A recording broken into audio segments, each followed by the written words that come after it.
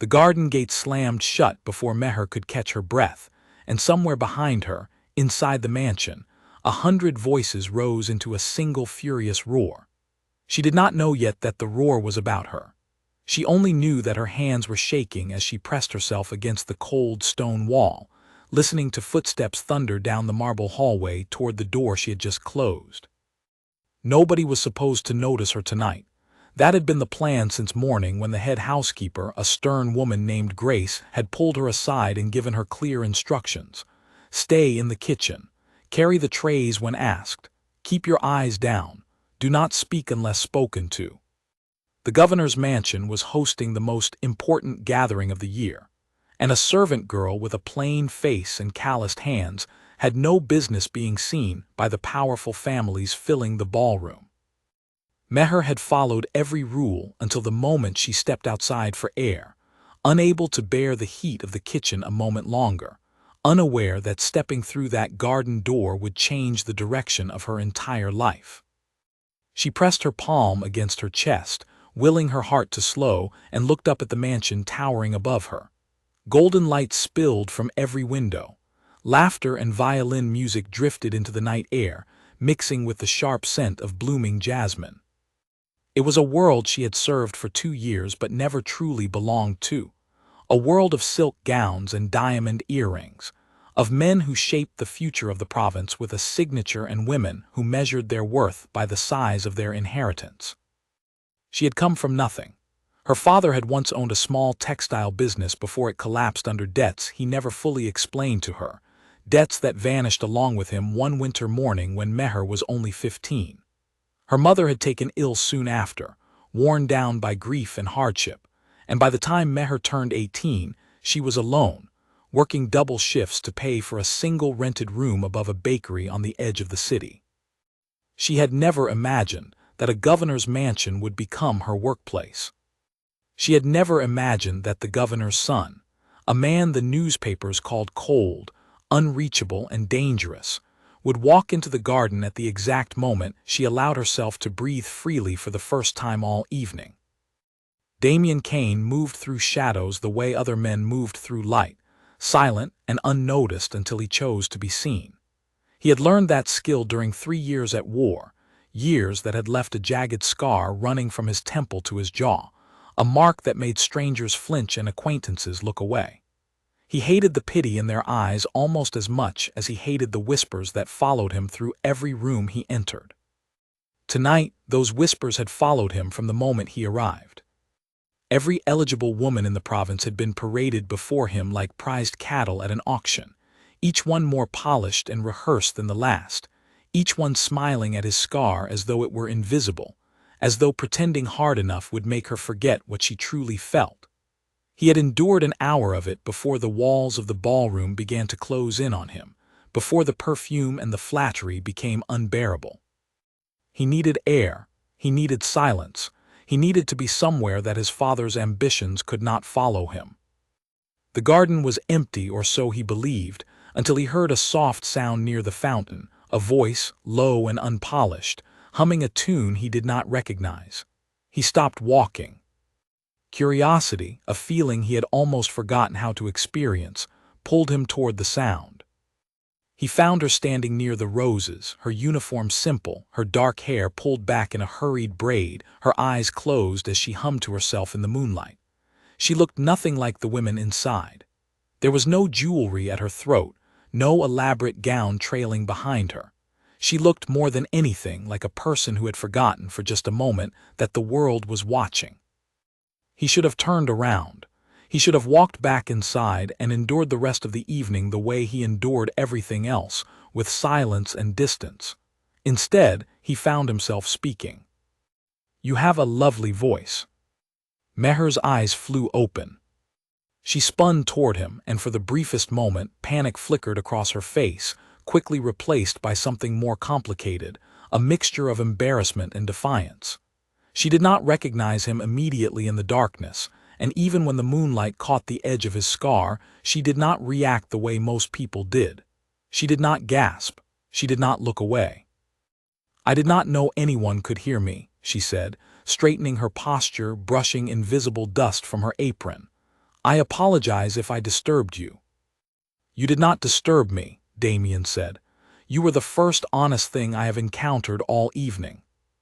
She tilted her head, studying him with open curiosity rather than the careful, practiced admiration he had grown used to. That is a strange thing to say to someone you have never met. Perhaps. He stepped closer, close enough now that she could see the exhaustion carved into the lines of his face, an exhaustion that had nothing to do with the late hour. Most people inside that hall have spent the evening trying to convince me they are something they are not. You were simply singing to yourself. There is a difference. Meher considered this for a moment, uncertain whether she was speaking to a guest, a relative of the governor, or someone else entirely. His clothing was expensive, tailored, clearly belonging to a man of importance, yet he carried himself with none of the arrogance she had come to expect from such men. There was a heaviness in his shoulders, a weariness in the way he held himself, as though every conversation cost him something he could not easily replace. You should return inside, she said carefully. I am certain you are needed. I am needed, he agreed, but not wanted. There is a difference in that as well. Something in his voice caught her attention, a rawness that made her forget, for a moment, the enormous gap between his world and hers. She had spent 2 years serving people who spoke in polished, careful sentences designed to reveal nothing. This man spoke as though he had stopped caring what his words revealed. Why are you out here? She asked. Shouldn't you be enjoying the celebration? He laughed, a short, humorless sound. Enjoying it. That is an interesting choice of words. Isn't that the purpose of a gathering like this? The purpose of tonight, Damien said, his eyes drifting toward the golden windows of the ballroom, is for my father to parade a collection of strangers before me and demand that I choose one to marry. Enjoyment has very little to do with it. Meher's breath caught. Understanding arrived slowly, then all at once. The scar, the weariness, the way every servant in the kitchen had whispered his name throughout the evening with a mixture of fear and fascination. This was Damien Kane, the governor's only son, the man the entire province had been discussing for weeks. She should have curtsied immediately. She should have apologized for her boldness and hurried back inside before anyone noticed she had spoken to him at all. Instead, she remained where she was, studying him with new eyes, seeing not the frightening figure from the rumors but simply a tired young man standing alone in a garden, avoiding a decision that had been forced upon him. That sounds exhausting, she said quietly. It is, he admitted, surprised by his own honesty. You do not seem frightened of me. Should I be? Most people are. Meher glanced at the faint scar along his jaw, then met his eyes directly, something almost no one at the gathering had dared to do. A mark on your face does not tell me anything about the person underneath it, she said simply. I have learned that people can smile with perfectly unmarked faces and still hide the ugliest intentions. Her words landed somewhere Damien had not expected, somewhere beneath the practiced defenses he had built over 3 years of war and 2 more years of political obligation. He studied her more closely now, noticing the calluses on her hands, the simple cut of her uniform, the tiredness beneath her eyes that mirrored his own. You work here, he said. It was not a question. In the kitchen, she confirmed. I am not meant to be out here. I only needed air. Then we have that in common. A silence settled between them, comfortable in a way neither of them expected. Somewhere behind the mansion walls, the orchestra shifted into a new melody, and laughter rose and fell like waves against the shore.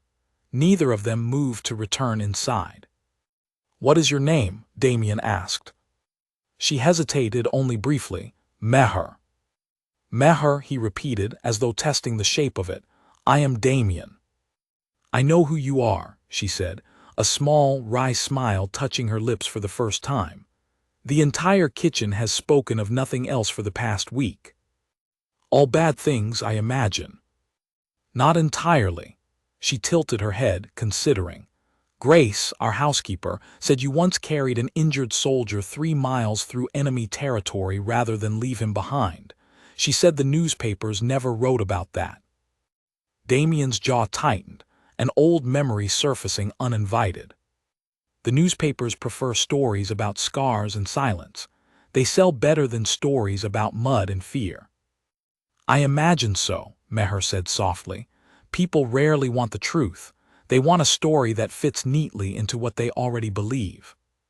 He studied her for a long moment, struck by how effortlessly she spoke to him, without flattery, without fear, without the careful calculation he saw in every other conversation he endured. It had been years since anyone spoke to him as though he were simply a person and not a symbol, a scar, or a political opportunity.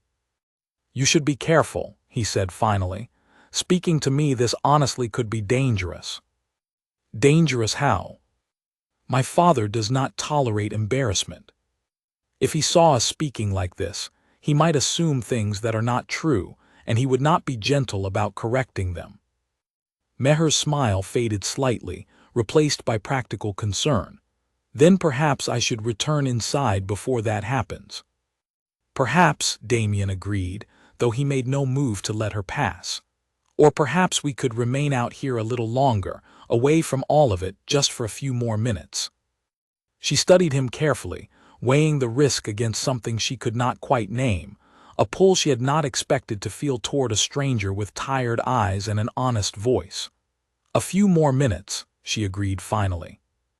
Then I truly must return before Grace notices I am missing. They stood together near the fountain as the celebration continued without them. Two people from entirely different worlds finding, for a few unguarded minutes, an unexpected comfort in each other's presence. Neither of them could have predicted, in that quiet moment beneath the moonlit roses, that within the hour, Damien would walk back into that glittering ballroom and speak words that would shatter every expectation the governor and his powerful guests had gathered to witness. Words that would pull Meher from the safety of the shadows, and into a spotlight she never asked for, a spotlight that would soon threaten everything she had worked so hard to protect. For now, though, there was only the fountain, the moonlight, and the strange, fragile beginning of something neither of them yet understood. Grace found her 20 minutes later, standing near the kitchen door with flour still on her sleeves, and the older woman's sharp eyes noticed immediately that something had changed. Meher's cheeks were flushed, her breathing uneven, and there was a distracted quality to her movements that had not been there before dinner service began. "Where have you been?" Grace asked, her voice low enough not to carry to the other servants bustling around the long wooden counters. "The garden," Meher answered honestly, because lying to Grace had never worked well in the 2 years she had known her. "I needed air." Grace studied her for a long moment, then returned to arranging a tray of pastries, though her attention remained fixed on the girl beside her. "You look as though you saw a ghost out there." "Not a ghost," Meher murmured, reaching for a stack of clean plates. "Just someone I did not expect to meet." Before Grace could press further, a commotion erupted from the direction of the ballroom, voices rising sharply enough to be heard even through the thick kitchen doors. Every servant in the room froze, exchanging uncertain glances. Commotions at Governor Kane's gatherings were rare. The governor prized control above almost everything else, and his events ran with the precision of a military operation. Something had clearly gone wrong. A young footman burst through the swinging door moments later, his face pale, his voice trembling with barely contained excitement. "You will not believe what just happened," he announced to the room at large. "Master Damien has made his choice." A ripple of surprise moved through the kitchen staff. Several of the older servants, who had worked in the mansion long enough to remember Damien as a boy before the war changed him, exchanged hopeful glances. Perhaps, they whispered to one another, their young master had finally found someone worthy of his attention among the parade of wealthy daughters presented to him that evening. "Who did he choose?" one of the maids asked eagerly. "Was it the banker's daughter?" "She has been chasing him for months." The footman shook his head, still catching his breath. "No, It was not any of the women from the ballroom at all. The kitchen fell silent, every eye turning toward him. He walked straight to his father in front of everyone, the footman continued, clearly relishing the attention now gathered upon him, and announced that he had already made his decision. He said the only woman in this house who deserves consideration is the one working in the kitchen tonight. Meher's hands went still on the stack of plates she had been carrying. The room seemed to tilt slightly beneath her feet. He asked for her by name, the footman added, turning toward Grace with wide eyes. Meher, he said, Meher. Every face in the kitchen turned toward her at once. Grace's mouth fell open. The younger maids gasped, some in delight, others in poorly concealed jealousy. Meher stood frozen among them, the plates trembling slightly in her hands, certain that she must have misheard, or that this was some cruel joke orchestrated by servants who resented her quiet nature and her refusal to participate in kitchen gossip. "That cannot be right," she said, her voice barely audible. "He would not do such a thing." But even as she spoke the words, she remembered the garden, the fountain, the quiet honesty in his voice, and a cold certainty settled over her that the footman was telling the truth. Before she could process the implications, the kitchen door swung open again, and this time it was not a footman who entered but the governor's personal secretary, a severe woman named Clara Whitfield, whose presence alone was enough to silence the entire room. Clara's eyes swept across the assembled servants until they landed on Meher, standing pale and frozen near the counter. "You," Clara said, her tone leaving no room for argument, "come with me immediately. The governor wishes to see you." The walk from the kitchen to the governor's private study felt endless. Meher removed her apron with shaking hands as Clara led her through corridors she had only ever passed through while carrying trays, corridors lined with oil paintings of stern-faced ancestors and gleaming trophies from decades of political victories. Every step reminded her how far removed her world was from this one, and every step deepened her certainty that something had gone terribly wrong. Inside the ballroom, which they passed briefly on their way, Meher caught a glimpse of the chaos still unfolding. Guests stood in tight clusters, whispering furiously behind gloved hands. Somewhere in the crowd, she heard a woman's voice rise in outrage, sharp and cutting, though the words themselves were lost in the general noise. The lavish gathering that had begun the evening with polished smiles and careful diplomacy had dissolved into something closer to a battlefield. Governor Adrian Kane's study was a room built to intimidate. Dark wood paneling lined the walls, broken only by shelves of leather-bound books that Meher doubted anyone had actually read, and a massive desk dominated the far end of the room like a throne. The governor stood behind it, his silver hair perfectly combed despite the chaos of the evening, his expression carved from stone. Damien stood near the window, his back straight, his jaw set in the same determined line Meher had noticed in the garden. When she entered, his eyes found hers immediately, and something in his expression, some silent reassurance, steadied her trembling nerves just enough to keep her standing upright. "Close the door," the governor instructed Clara, who obeyed instantly and then positioned herself silently near the entrance, clearly intending to remain as a witness. The governor turned his full attention to Meher, studying her the way a merchant might study an unfamiliar object offered as payment, uncertain of its worth. "You are the girl from the kitchen." "Yes, sir," Meher answered, forcing steadiness into her voice. "My son has made a rather dramatic announcement this evening," the governor continued, his tone dangerously calm. "He has informed our guests, in front of the most influential families in this province, that you are the only woman he intends to consider for marriage. Perhaps you can explain to me how such an idea took root." Meher's throat tightened. "Sir, I assure you I have no idea why Master Damien said what he said. We spoke only briefly in the garden.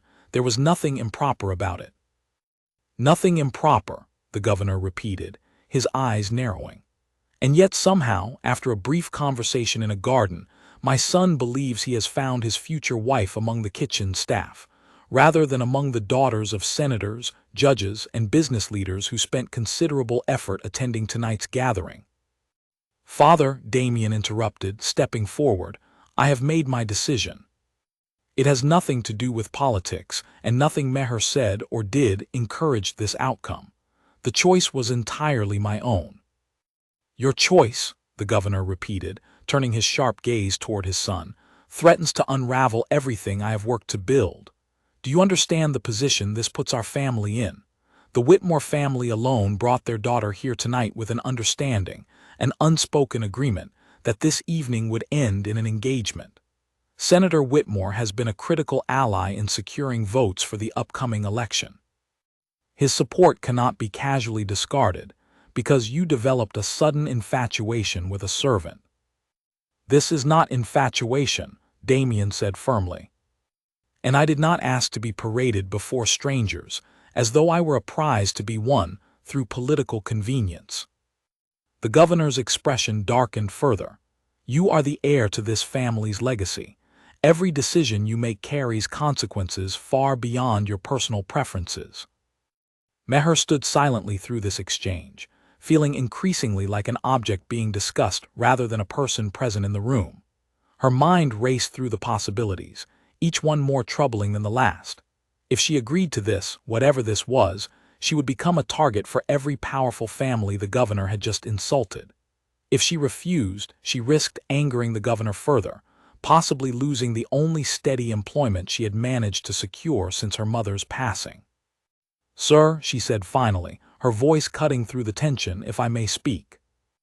Both men turned toward her, momentarily surprised by her boldness. "I never asked for this attention," Meher continued, choosing her words carefully.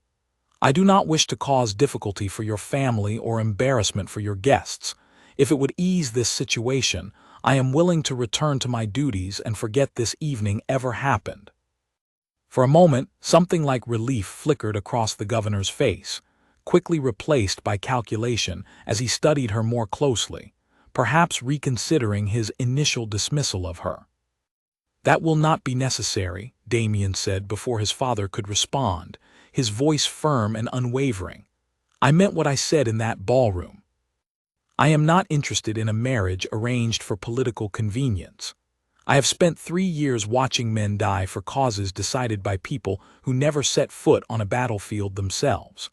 I will not spend the rest of my life bound to a stranger simply because her father owns a profitable business or holds a seat in the Senate." "And you believe marrying a servant is a wiser alternative?" the governor asked, his voice rising slightly. "I believe," Damien said, holding his father's gaze steadily, "that Meher spoke to me tonight without pretense, without calculation, and without treating my scar as though it defined me. That is more than any of your carefully selected candidates managed to offer in an entire evening of forced conversation." The governor fell silent, studying his son with an expression Meher could not quite interpret, something caught between frustration and grudging respect. The silence stretched long enough that Clara shifted uncomfortably near the door, clearly unaccustomed to witnessing the governor at a loss for words. "This conversation is not finished," the governor said finally, his voice controlled once more, though the tightness in his jaw revealed the effort it cost him. "But it is late, and our guests are already forming opinions I will need to manage carefully. Damien, you will escort our remaining guests out with appropriate courtesy, and we will discuss this matter further tomorrow, when cooler heads prevail." He turned his attention back to Meher, his gaze sharp and appraising. "As for you, girl, you will remain in this house until this matter is resolved. Clara will arrange appropriate quarters. You will not return to the kitchen tonight." Meher's heart pounded. "Sir, my belongings, my room above the bakery, I have obligations there."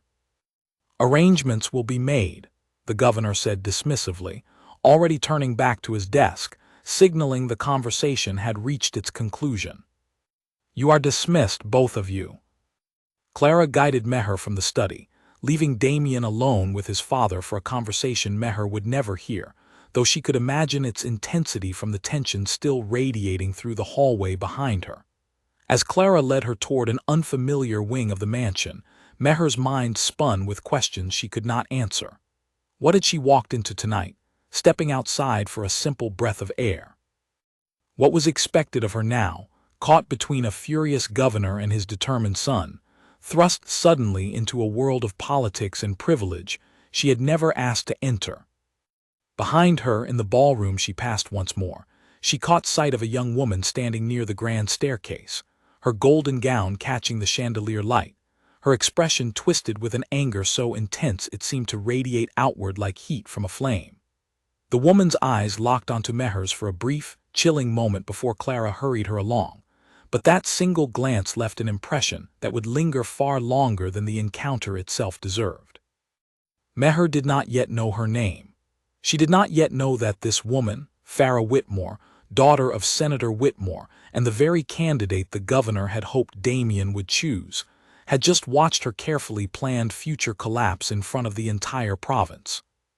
She did not yet know how far Farah was willing to go to reclaim what she believed had been stolen from her. All Meher knew, as Clara led her up an unfamiliar staircase toward rooms she had never been permitted to enter, was that her quiet, unremarkable life had ended the moment she stepped into that garden, and whatever waited for her now, whatever storm was gathering in the shadows of this glittering mansion, there was no path left that led back to the person she used to be. The room Clara led her to was larger than the entire apartment Meher had shared with her mother before illness took her, larger even than the bakery room she now called home. A canopy bed dominated one corner, dressed in pale blue linens that looked as though they had never been slept in. Tall windows overlooked the garden where, only an hour earlier, Meher had stood humming to herself in blissful ignorance of everything about to unfold. "You will find night clothes in the wardrobe," Clara said briskly, her tone offering no warmth despite the courtesy of her words. "Breakfast will be brought to you in the morning. The governor wishes to speak with you again before any further decisions are made." "Miss Whitfield," Meher said, catching the older woman's arm before she could leave, "please, I need to understand what is happening. Am I in trouble? Will I lose my position here?" Clara studied her for a long moment, her sharp eyes softening only slightly. "You have not done anything wrong as far as I can tell. But you have become the center of a situation far larger than yourself, and I would advise you to be very careful about what you say and to whom, especially over the next several days. This household is not accustomed to surprises, and surprises tend to create enemies faster than friends." With that warning delivered, Clara left the room, closing the heavy door behind her with a soft click that somehow felt final. Meher sat alone on the edge of the unfamiliar bed for a long time, staring at her own reflection in the tall mirror across the room. She barely recognized herself, dressed still in her plain kitchen uniform, surrounded by luxury that felt more like a cage than a comfort. Sleep did not come easily that night. Every time she closed her eyes, she saw the golden-gowned woman's furious stare from the staircase, felt the weight of the governor's cold assessment, heard Damien's steady voice defending her against his father's fury. She had not asked for any of this, and yet, lying awake in a stranger's bed within a mansion she had only ever known through the eyes of a servant, she found herself thinking not of the danger surrounding her, but of the quiet honesty in Damien's voice as he spoke to her beneath the moonlit roses. Morning arrived with a soft knock at her door.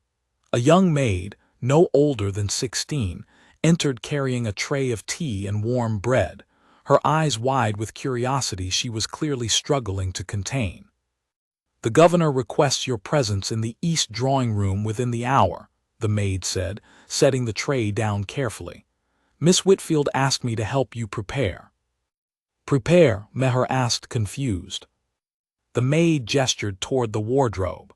"There are dresses here more suitable for meeting with the governor than your uniform, Miss Whitfield's instructions." Meher opened the wardrobe cautiously and found several gowns hanging inside, simple compared to the elaborate creations she had glimpsed on the women in the ballroom the previous night, but far finer than anything she had ever owned. She selected the plainest one, a soft gray dress with modest sleeves, unwilling to present herself as something she was not. The east drawing room, when she arrived, held more than just the governor. Damien stood near the fireplace, his posture rigid, his expression unreadable. Clara occupied a chair near the window, a notebook resting on her lap, ready to document whatever was about to unfold. And beside the governor's desk stood a man Meher did not recognize, tall and formally dressed, carrying an air of quiet authority that suggested legal training. "Ah, good, you have arrived," the governor said, gesturing toward an empty chair. "Please sit, we have matters to discuss." Meher lowered herself carefully into the offered chair, acutely aware of every eye in the room fixed upon her. "This is Edward Hartley, our family's legal counsel," the governor explained, gesturing toward the unfamiliar man. "I have spent considerable time overnight considering the situation my son has created, and I have arrived at a decision I believe serves everyone's interests, provided you are willing to cooperate." Meher glanced toward Damien, searching his face for some indication of what was coming, but his expression remained carefully neutral, giving nothing away. "My son insists that his declaration last night was not a passing infatuation, but a genuine decision," the governor continued. "While I remain skeptical, I recognize that forcing him into a marriage he actively resists will only create further public embarrassment, particularly after last night's spectacle. Therefore, I propose a period of evaluation." "Evaluation, sir?" Meher asked carefully. "You will remain in this household for a period of 3 months, the governor explained, his tone businesslike, as though discussing the terms of a contract rather than a person's future. "During this time, you will be trained in the manners, etiquette, and expectations appropriate to your potential position. Miss Whitfield will oversee your instruction personally. If at the end of 3 months, my son remains committed to this decision, and if you have demonstrated the qualities necessary to represent this family publicly, we will proceed with a formal engagement." "And if I do not demonstrate those qualities?" Meher asked, unable to keep a slight edge from her voice. The governor's eyes narrowed slightly at her tone, though he did not reprimand her for it. "Then you will return to your previous life, with appropriate compensation for your time and discretion, and this matter will be forgotten entirely." Meher looked toward Damien again, and this time he met her gaze directly, something apologetic in his expression, as though he recognized how humiliating this arrangement sounded, reducing her to a candidate being tested for suitability rather than a person whose feelings mattered in the decision. "Father," Damien said quietly, "this is unnecessary. I have already made my decision." "Your decision," the governor replied firmly, "was made in the span of a single conversation in a garden. I am not willing to stake this family's future on a passing impulse, no matter how sincerely you believe in it. If your feelings are genuine, 3 months will not diminish them. If they are not, this arrangement protects everyone involved from a far more painful mistake." Meher understood in that moment that this conversation was not truly about her feelings or Damien's at all. It was a negotiation between father and son, a test designed as much to prove the governor's authority as to evaluate her suitability. She was, in every practical sense, a piece being moved across a board she had never agreed to play upon. And yet, refusing carried its own dangers. The governor's offer of appropriate compensation felt less like generosity and more like a warning wrapped in polite language, a reminder that her cooperation, or lack of it, would determine how gently or harshly this situation concluded for her. "I accept these terms," Meher said finally, choosing her words with care, "on one condition." The governor raised an eyebrow, clearly not expecting a servant girl to negotiate with him. "And what condition might that be?" "I will not pretend to be something I am not," Meher said, her voice steadier than she felt. "I will learn whatever etiquette and manners you believe necessary, but I will not abandon who I am in the process. If this family cannot accept me as I truly am, then no amount of training will change that outcome, and we should both know that from the beginning rather than discover it after 3 months of wasted effort." A long silence followed her words. Edward Hartley glanced toward the governor, waiting for his reaction. Clara's pen paused mid-sentence, hovering above her notebook. Even Damien seemed surprised by the firmness in Meher's voice, though something like admiration flickered briefly across his features. Finally, the governor allowed himself a small, controlled smile, the first genuine expression Meher had seen from him since the conversation began. "Very well. Terms accepted. Miss Whitfield will begin your instruction this afternoon." As the meeting concluded and the others began to disperse, Damien lingered near the door, waiting until the room had mostly emptied before approaching Meher directly. "I am sorry," he said quietly. "This is not how I intended for any of this to unfold. I only meant to protect you from being paraded before strangers the way I was paraded before you last night." "You could have simply chosen no one," Meher pointed out, though there was no real anger in her voice, only genuine curiosity. "Why choose me specifically? You barely know me." Damien considered the question seriously, as though he owed her an honest answer rather than a convenient one. "Because for the first time since I returned from the war, someone looked at me and saw a person rather than a scar or a political opportunity. I do not fully understand why that mattered so much to me, but it did, and I am not willing to pretend otherwise simply because it complicates my father's plans." Meher studied him carefully, searching for deception and finding none. "3 months is a long time," she said finally. "A great deal can happen in 3 months." "Yes," Damien agreed, his eyes steady on hers. "I suppose we will discover together exactly what that means." As Meher left the drawing room that morning, following Clara toward what would become weeks of rigorous instruction in etiquette, history, and the delicate art of navigating high society, she could not have predicted how quickly the province's most powerful families would mobilize against her, nor how determined certain individuals would become to ensure she never survived the 3 months the governor had granted her. Somewhere in the mansion's east wing, Farah Whitmore sat before her own mirror, her fury from the previous night hardened into cold, calculated resolve, already composing the first of many letters that would set devastating events into motion. The garden conversation that had felt, to Meher, like a brief and unexpected kindness, had in truth opened a door into a world of ambition, jealousy, and hidden danger far greater than she could yet imagine. And though she did not know it yet, standing in that unfamiliar hallway with her future suddenly tangled with a scarred stranger's determination, the next 3 months would test not only her composure and her patience, but her very survival within walls that had never truly wanted her there. News of the previous night's announcement spread through the province faster than any official statement could contain it. By mid-morning, newspapers had already printed hurried headlines speculating about the governor's son and his unexpected choice, some sympathetic, most cruel, all of them treating Meher as a curiosity rather than a person with a life of her own.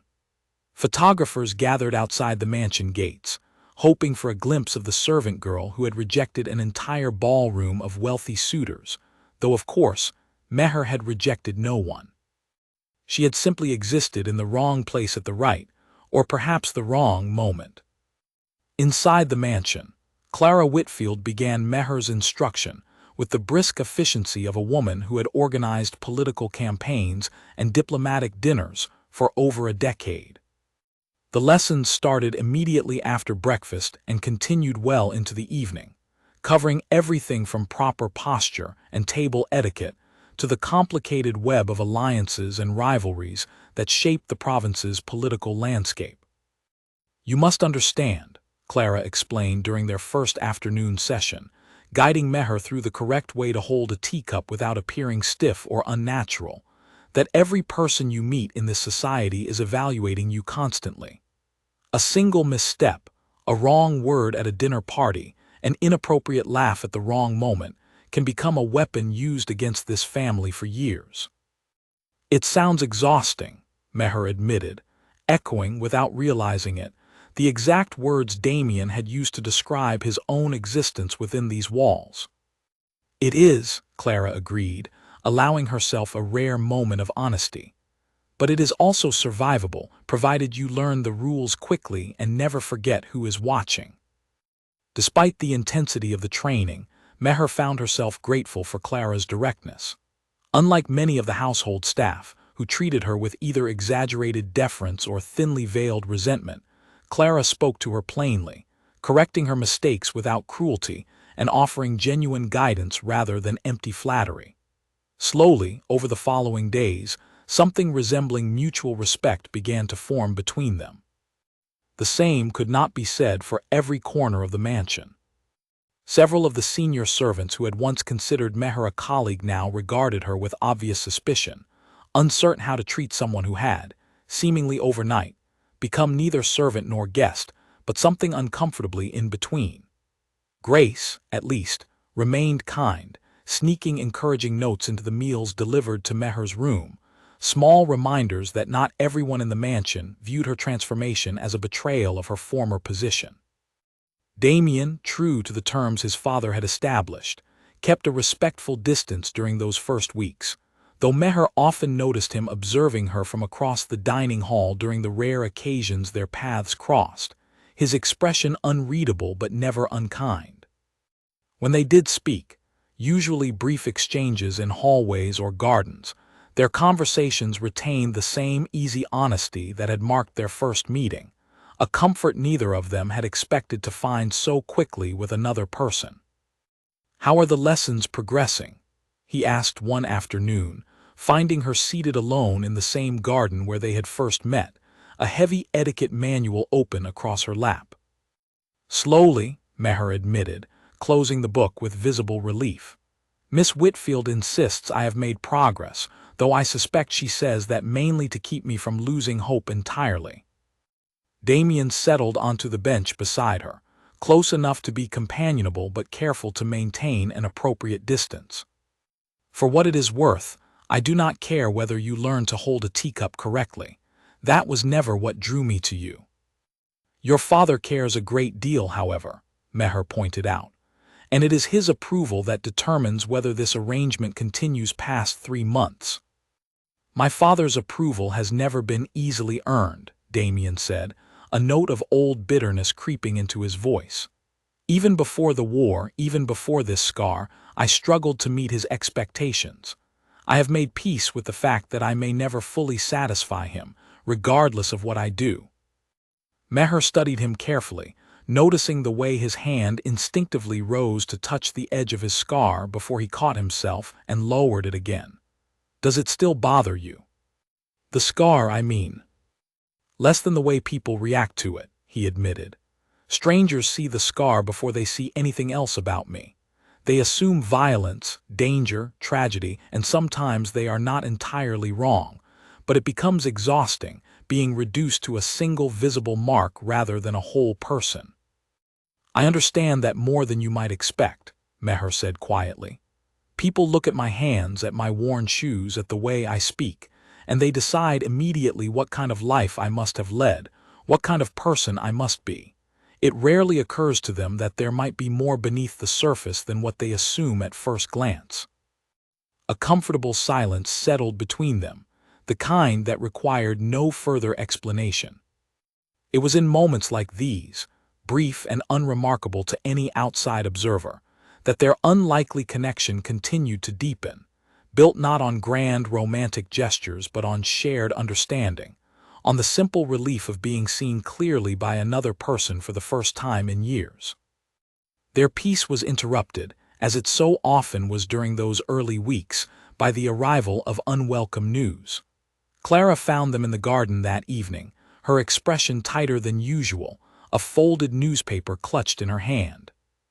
"You should see this," she said, handing the paper directly to Damien, who scanned the headline quickly before his jaw tightened with barely controlled anger. Meher leaned closer, reading the bold print for herself. The article, published under a name she did not recognize, claimed to have uncovered troubling details about her family's past, suggesting her father had not simply failed in business, but had actively engaged in fraudulent dealings that ruined dozens of investors before he disappeared, abandoning his family to face the consequences of his crimes. "This is not true," Meher said, her voice shaking with a mixture of anger and disbelief. "My father made mistakes, yes, but he was not a criminal. These are lies." "I believe you," Damien said immediately, though his expression remained grim.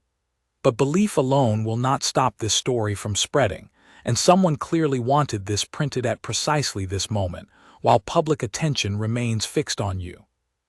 Clara nodded grimly. "The timing is not coincidental.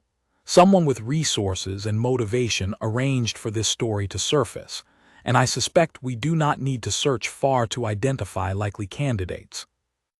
Meher thought immediately of the golden-gowned woman from the staircase, the fury in her eyes still vivid in memory even weeks later. She had not yet learned the woman's name, but instinct told her that whoever had orchestrated this attack held a very personal stake in seeing her fail. "What do we do?" Meher asked, looking between Damien and Clara, uncertain how to fight an enemy she could not yet identify. "We investigate," Clara said firmly, "and we prepare a response, but carefully. Panic will only confirm suspicions this article is designed to create. For now, continue your lessons as planned. Let them believe their attack has succeeded in unsettling you, while we work quietly to determine who is truly responsible." That night, alone in her room, Meher stared at the newspaper article long after Clara and Damien had departed, memorizing every cruel word, every twisted half-truth woven skillfully enough to sound believable to anyone unfamiliar with her actual history. Whoever had written this understood exactly how to wound her, targeting not her own reputation but her father's memory, a subject far more painful and far harder to defend than any accusation leveled directly against her. She thought of her mother, weakened by grief in those final months, insisting until her last breath that her husband had been a good man caught in circumstances beyond his control, circumstances he never had the chance to explain before vanishing entirely. Meher had spent years defending that same belief against the whispers of neighbors and the judgment of strangers, and now, just as she had begun to build something resembling stability, someone had resurrected those old wounds and weaponized them for reasons she did not yet fully understand. Whoever stood behind this attack, Meher realized with growing certainty, understood that destroying her required more than simple gossip about her present circumstances. It required unraveling the fragile foundation of her past, and as she extinguished the lamp beside her bed that night, staring into the darkness of an unfamiliar room in an unfamiliar mansion, she made a quiet, determined promise to herself. Whatever storm was gathering against her, she would not face it by hiding or retreating. She would face it standing exactly where she stood now, refusing to be erased simply because someone with wealth and influence had decided she did not belong. The 3 months ahead, she understood now with painful clarity, would test far more than her ability to hold a teacup correctly or navigate a formal dinner without embarrassment. They would test whether she possessed the strength to survive in a world built specifically to exclude people like her, a world that had already begun sharpening its knives, waiting patiently for the perfect moment to strike. The days following the newspaper article passed in a blur of tension that Meher had never before experienced. Wherever she walked within the mansion, she felt eyes following her, some sympathetic, most calculating, all of them wondering whether the accusations against her father held any truth. Clara had advised her to continue her lessons without acknowledging the rumors publicly, but privately, Clara had begun her own quiet investigation, determined to trace the article back to its true source. It was Grace, unexpectedly, who provided the first meaningful clue. The older housekeeper found Meher alone in the small library adjoining the East Wing, pretending to study a book on provincial history while her mind churned with worry. "I overheard something you should know," Grace said, glancing toward the door to ensure they were truly alone before continuing. "One of the maids who serves the Whitmore household during their visits mentioned, quite casually, that Miss Farrah Whitmore had been asking unusual questions about your family in the days before that article appeared." Questions about your father's old business, about people who might have known him before his disappearance. Meher's grip tightened on the book in her hands. Farah Whitmore, the woman in the golden gown. You have seen her, then, Grace said, not entirely surprised. She was Senator Whitmore's chosen candidate for Master Damien, the one everyone expected him to select before you arrived in that garden. I imagine she has not taken kindly to being publicly rejected in front of the entire province. The pieces settled into place with uncomfortable clarity. Meher thought of the woman's furious stare from the staircase, the barely contained rage radiating from her even in that brief, distant glimpse. It made sense that someone humiliated so publicly would seek an equally public method of retaliation, and destroying Meher's family reputation offered exactly that kind of calculated revenge. I need to speak with Clara, Meher said, closing the book decisively. Clara listened carefully as Meher relayed Grace's information, her expression growing increasingly thoughtful. This aligns with information I gathered independently, she admitted. The reporter who published the article has connections to Senator Whitmore's campaign, connections that would have made publishing a favor for the family quite easy to arrange discreetly. Can we prove it? Meher asked. Proving intent is far more difficult than suspecting it, Clara said carefully. Miss Whitmore is careful, and her family has considerable resources to protect her from direct accusation. We will need something more substantial than rumors and connections before we can confront her openly. Damien, when informed of the development that evening, reacted with barely restrained anger, though he agreed with Clara's assessment that a direct confrontation without solid evidence would only make matters worse. Farah has always been ambitious, he said grimly, pacing the length of the drawing room while Meher and Clara watched. Even before the war, our families expected an eventual match between us. I never encouraged it, but she seemed to believe it inevitable regardless of my feelings on the matter. She sounds dangerous, Meher observed. She is accustomed to getting what she wants, Damien corrected. That is not quite the same as dangerous, though I suppose the distinction may not matter much if her methods continue escalating. Over the following week, Meher found herself increasingly determined to uncover the truth about her father's disappearance herself, rather than simply defending against accusations she could not fully disprove. The article's claims had been vague enough to sound plausible while lacking specific details she could directly refute, and she realized that clearing her family's name would require actual evidence, not simply her own conviction that her father had been innocent. With Clara's cautious approval, and using resources she had never before had access to, Meher began writing letters to former business associates of her father, tracking down addresses through old records Clara helped her locate within the provincial archives. Most letters went unanswered, but one, sent to a man named Henry Aldridge who had once served as her father's accountant, returned a response that changed everything. Henry Aldridge, now an elderly man living quietly on the outskirts of the city, agreed to meet with Meher in person, provided she came alone, and told no one of the meeting until after it occurred. Despite Clara's reservations about the request, Meher insisted on going, accompanied only by a driver Damien trusted implicitly, a former soldier named Noah who had served alongside him during the war. Henry's small cottage smelled of old paper and pipe tobacco, and the man himself greeted Meher with a mixture of caution and genuine sympathy once she explained her purpose. I wondered if someone would eventually come asking about your father, he said, settling into a worn armchair across from her. I have carried this information for years, uncertain whether revealing it would help or harm his memory. Please, Meher said, leaning forward eagerly. Whatever you know, I need to hear it. Henry sighed heavily, the weight of old memories visible in his tired eyes. Your father was not a criminal, Meher. He was a good man who discovered, quite by accident, that several of his business partners were engaged in fraudulent activities that would have ruined countless investors had they continued unchecked. When he threatened to expose them, they turned the accusations back onto him instead, using their considerable influence to destroy his reputation before he could destroy theirs. Meher's breath caught. Then why did he disappear? Why did he abandon us rather than fighting to clear his name? Henry's expression grew somber. He did not abandon you willingly, child.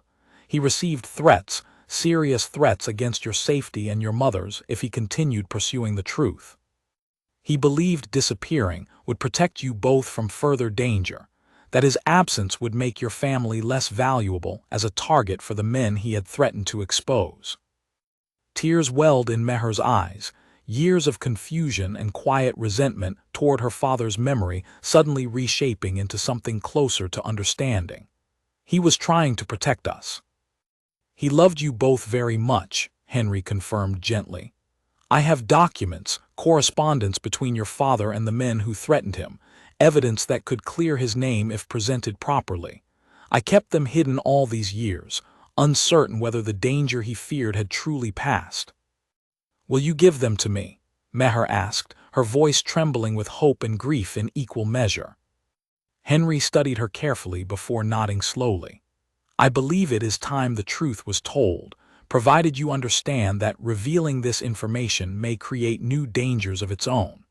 The men your father exposed still hold considerable influence in this province, some of them connected to families still active in political circles today. Meher left Henry's cottage that afternoon carrying a small bundle of documents that felt heavier than their physical weight suggested, evidence that could finally clear her father's name, but that also promised to complicate her situation further, potentially implicating powerful families who would not appreciate old scandals resurfacing after so many years. When she returned to the mansion and shared her discovery with Damien and Clara, their reactions mirrored her own complicated emotions, relief at uncovering the truth mixed with concern about how to use it wisely. This changes everything, Clara said, examining the documents carefully. If authenticated properly, this evidence not only clears your father's name but potentially exposes corruption that has gone unpunished for years. However, revealing it publicly will make powerful enemies, enemies who may prove far more dangerous than Farrah Whitmore's petty jealousy. I do not care about the danger, Meher said firmly. My father sacrificed everything to protect us from these people. I will not let his memory continue suffering, because revealing the truth might prove inconvenient for powerful men who should have faced consequences years ago. Damien watched her with an expression of quiet admiration, recognizing in her determination the same stubborn courage that had first drawn him to her in that moonlit garden. We will find the right moment to reveal this, he promised. Carefully, strategically, in a way that protects you while ensuring the truth cannot be dismissed or buried again. That night, for the first time since arriving at the mansion, Meher slept peacefully, comforted by the knowledge that her father had not been the man the rumors suggested, that his disappearance had been an act of love and sacrifice rather than cowardice or guilt. The path ahead remained uncertain, filled with political dangers she was only beginning to understand, but for the first time since stepping into that garden weeks earlier, she felt something resembling hope, a sense that perhaps this unexpected journey was leading her somewhere worth arriving, regardless of the obstacles still waiting in the shadows ahead. Unbeknownst to her, however, word of her visit to Henry Aldridge had already reached ears she would have preferred remained ignorant of her activities. Farrah Whitmore, informed by a paid informant among the mansion staff, read the report of Meher's cottage visit with growing alarm, understanding immediately that her carefully orchestrated attack on Meher's reputation now risked exposing far greater secrets. Secrets that implicated not only strangers but her own family's business dealings from years past. What had begun as simple jealousy and wounded pride was rapidly transforming into something far more dangerous, a battle neither woman could afford to lose, though only one of them yet understood the full scope of what was truly at stake. Farrah Whitmore did not sleep that night. She sat at her writing desk long after the household had grown quiet, staring at the informant's brief note until the words seemed to burn themselves permanently into her memory. Her father's name had never been mentioned directly in connection with the old scandal Meher's father had apparently uncovered, but Farah understood enough about her family's history. Whispered fragments overheard during childhood, unexplained tensions at certain dinner parties, to recognize the danger this discovery represented. She had grown up believing her family's wealth had been built entirely through legitimate means, through her father's shrewd business decisions and eventual entry into politics. The possibility that this foundation rested instead on fraud, on the deliberate ruin of an innocent man's reputation, was not something she was prepared to confront, particularly not while her own carefully constructed future hung in such precarious balance. By morning, Farah had made her decision. If Meher possessed evidence dangerous enough to threaten her family, then Meher herself needed to be discredited so thoroughly that no one would believe whatever claims she eventually made, regardless of the documents she carried. The opportunity presented itself sooner than Farah expected. The governor, eager to demonstrate that Meher's education was progressing satisfactorily despite the recent scandal surrounding her father's name, announced a small formal dinner intended to introduce her, cautiously, to a select group of the province's more moderate families, individuals whose support might prove crucial in reshaping public opinion. Farah, through her father's continued social standing, secured an invitation despite the obvious awkwardness of her presence. Meher spent the days leading up to the dinner in intensive preparation with Clara, memorizing seating arrangements, appropriate topics of conversation, and the delicate art of navigating polite but pointed questions about her background without appearing defensive or evasive. She had grown considerably more confident over the preceding weeks, her natural intelligence and quiet dignity gradually overcoming the initial awkwardness of her unfamiliar position. The evening of the dinner arrived with an atmosphere of cautious optimism. Meher wore a modest but elegant gown Clara had selected specifically for the occasion, her hair arranged simply but carefully, and as she descended the grand staircase to join the assembled guests, she caught Damien's eye across the entrance hall and found genuine warmth in his expression, a silent reassurance that steadied her nerves considerably. The dinner itself proceeded smoothly through its early courses, conversation flowing with the careful diplomacy Clara had prepared her for. Several guests, initially skeptical, seemed genuinely impressed by Meher's composure and intelligence, her ability to discuss provincial history and current events with surprising depth for someone who had spent recent years working in a kitchen rather than attending formal schools. It was during the third course that Farah made her move, her voice carrying just enough to draw the attention of nearby guests without appearing overtly confrontational. "I understand you have been quite busy lately, Miss Meher, visiting old business associates of your father's throughout the city. How admirable, seeking to understand more about his mysterious disappearance."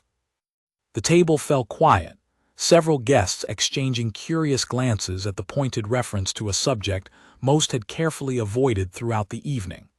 Meher felt her pulse quicken, but kept her expression composed, recognizing immediately that Farah intended this comment as the opening move of a larger attack.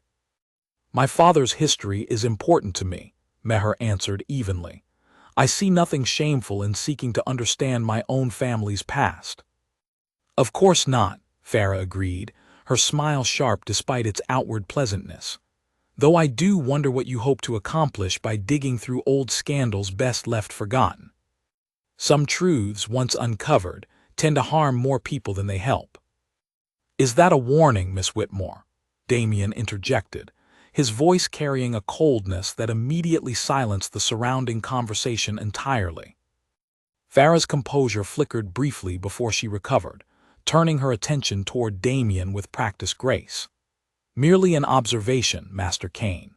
I simply worry that Miss Meher's understandable desire to defend her father's reputation might inadvertently stir up complications she has not fully considered, complications that could affect innocent families entirely unrelated to whatever occurred years ago." "Innocent families," Meher repeated quietly, holding Farah's gaze steadily. "Or perhaps families with reasons to fear the truth resurfacing."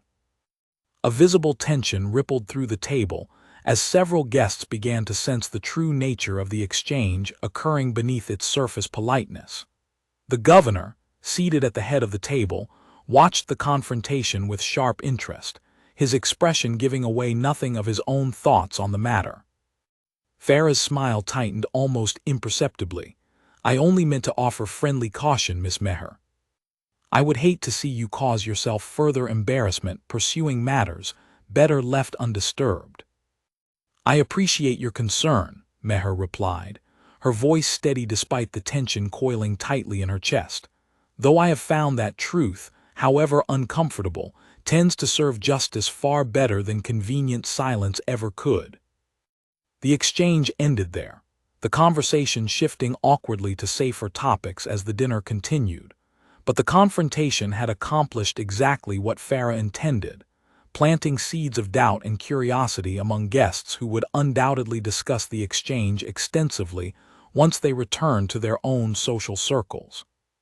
Whispers about hidden scandals and old family secrets would spread regardless of whether any concrete details emerged, and Farah understood well enough that suspicion alone, cultivated skillfully, could prove as damaging as outright accusation. Later that evening, after the guests had departed and the mansion had settled into quiet, Damien found Meher standing alone in the garden once more, staring up at the same stars that had witnessed their first conversation weeks earlier. "She is more dangerous than I realized," Meher admitted as he approached, not needing to specify who she meant. "I underestimated her as well," Damien acknowledged, settling beside her on the familiar bench.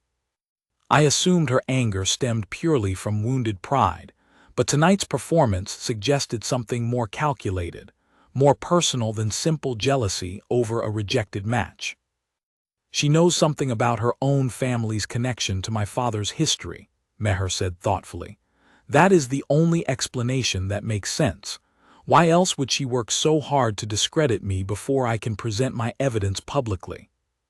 Damien considered this carefully. "If Senator Whitmore's business dealings are somehow connected to whatever happened to your father, that would explain a great deal, including why Farah seems so determined to prevent your father's story from becoming public knowledge. Then perhaps it is time we stopped waiting for the perfect moment," Meher said, a new resolve hardening in her voice.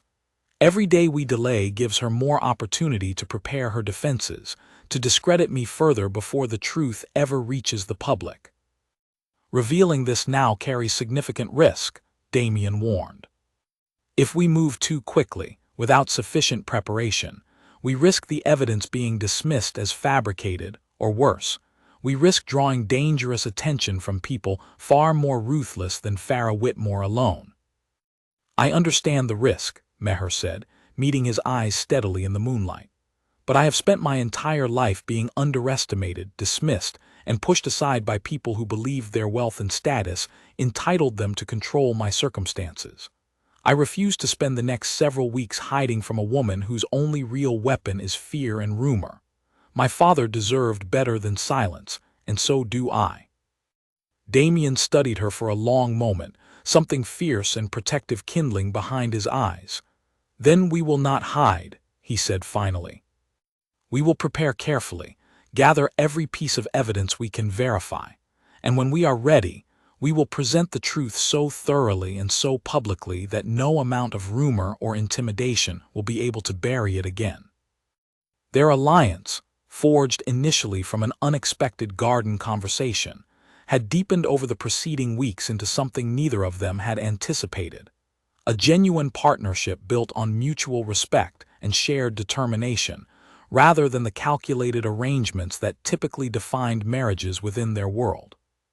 As they sat together beneath the stars, plotting their next careful steps against a rival whose resources and ruthlessness continued to grow more apparent by the day, neither of them could have predicted how quickly the coming weeks would escalate, nor how far Farah Whitmore, and the powerful family secrets she was determined to protect, would ultimately go to ensure their silence. Word of the tense exchange at dinner reached Governor Kane's ears within hours, delivered by Clara with her characteristic thoroughness, alongside her own assessment of the political implications. The governor listened in silence, his expression unreadable, before dismissing her with instructions to summon both Damien and Meher to his study the following morning. Meher arrived at the appointed hour with considerable apprehension, uncertain whether the governor intended to reprimand her for the confrontation or address the deeper issues it had exposed. Damien stood beside her in the hallway outside the study, his hand briefly finding hers in a gesture of quiet reassurance before they entered together. The governor sat behind his imposing desk, a folder of papers spread before him that Meher recognized, with a jolt of alarm, as containing information about her recent visit to Henry Aldridge. Someone within the household had clearly reported her movements directly to the governor, though whether from loyalty or self-interest, she could not determine. "Sit," the governor instructed, his tone carrying none of the warmth from their earlier, more cordial conversations. "It seems there is a great deal happening within my household that I have not been properly informed about." "Father," Damien began, but the governor raised a hand, silencing him immediately. "I will hear from Meher directly," the governor said, his sharp eyes fixed on her. "I understand you have been investigating claims related to your father's disappearance, and that this investigation has led you to documents suggesting serious wrongdoing by prominent business figures in this province, potentially including Senator Whitmore." Meher's heart pounded, but she held the governor's gaze steadily. "That is correct, sir. My father was falsely accused of crimes he did not commit, driven into hiding by threats against my family's safety. I have obtained evidence that supports this account, evidence I intend to make public when circumstances allow." The governor leaned back in his chair, studying her with an expression that mixed calculation with something almost like reluctant respect. "Do you understand what you are proposing? Senator Whitmore is not merely a wealthy businessman. He holds considerable influence within the provincial legislature, influence I rely upon for numerous initiatives crucial to this administration. Exposing his alleged involvement in old fraudulent activities would create significant political consequences, consequences that extend far beyond your personal desire to clear your father's name." "I understand the consequences may be significant," Meher replied carefully, "but I do not believe political convenience should outweigh the pursuit of justice, particularly for a man who lost everything, including years with his own family, because he attempted to expose wrongdoing that harmed countless innocent investors." The governor's expression tightened. Justice is rarely as simple as young idealists imagine.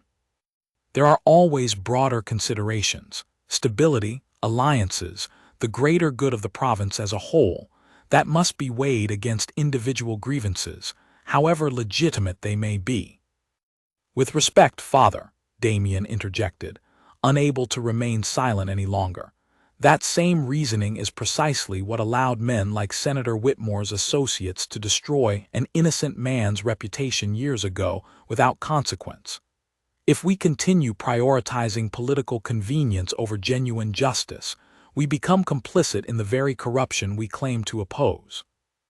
The governor's gaze shifted sharply toward his son. "You speak with remarkable confidence for someone who has spent barely a month acquainted with the full complexity of provincial politics.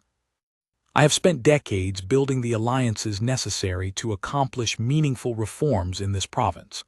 I will not see that work undone by a scandal that serves primarily to satisfy personal vendettas, however sympathetic their origins."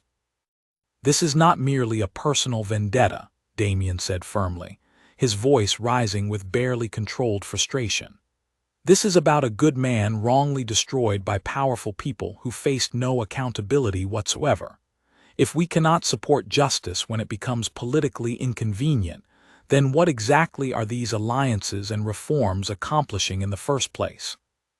The tension between father and son crackled through the room, years of unspoken frustration finally surfacing in full view. The governor rose from his chair, moving toward the window with his hands clasped behind his back, his silence stretching long enough that Meher began to wonder whether the confrontation had reached an impasse neither man would willingly resolve. "I have given you considerable latitude regarding this arrangement with Meher," the governor said finally, his voice quieter but no less firm. "I allowed the 3-month evaluation period despite my own reservations, hoping you would recognize eventually the impracticality of this decision. But this development changes everything. If Meher proceeds with exposing Senator Whitmore, she risks not only her own safety but the political stability this family has spent generations constructing. I cannot, in good conscience, allow this to continue." "Then what exactly are you proposing?" Damien asked, his jaw tight with barely restrained anger. The governor turned back to face them, his expression settling into the cold determination Meher recognized from their very first meeting. "I am proposing that Meher abandon this investigation entirely. In exchange, I am prepared to formally acknowledge your engagement immediately, rather than waiting the remaining weeks of the evaluation period. Her family's reputation will remain as it currently stands, neither confirmed guilty nor formally cleared, but the marriage itself will proceed without further obstacle." Meher felt a cold weight settle in her stomach. The governor was offering her exactly what, weeks earlier, she might have considered an extraordinary opportunity: security, status, a formal place within this powerful family, in exchange for burying the truth about her father forever. "And if I refuse this arrangement?" she asked quietly. The governor's expression hardened further. "Then I will have no choice but to reconsider this entire arrangement. I will not allow this family's political future to be sacrificed for a cause that, however sympathetic, ultimately serves only your personal sense of justice. Damien, if you continue supporting her in this endeavor against my explicit wishes, you will need to consider very carefully what that decision means for your own future within this family." The threat hung heavy in the air, unmistakable despite its careful phrasing. Damien's fists clenched at his sides, his entire body rigid with the effort of containing his fury. "Are you threatening to disown me, father, over a matter of basic justice?" "I am reminding you," the governor said coldly, "that privilege carries responsibility. Everything you have, everything this family provides, exists because previous generations understood the necessity of pragmatic compromise. If you are unwilling to accept that same pragmatism now, then perhaps you are not yet prepared for the responsibilities that will eventually fall upon you." The silence that followed felt suffocating. Meher glanced toward Damien, watching the internal battle playing out clearly across his features, loyalty to his father's legacy warring against his growing commitment to justice, and to her. She understood with painful clarity the impossible position she had placed him in, forcing him to choose between his family's security and a cause that, however righteous, threatened everything he had ever known. "I will not ask you to sacrifice your inheritance for my sake," Meher said quietly, breaking the tense silence. "This is my father's fight, not yours.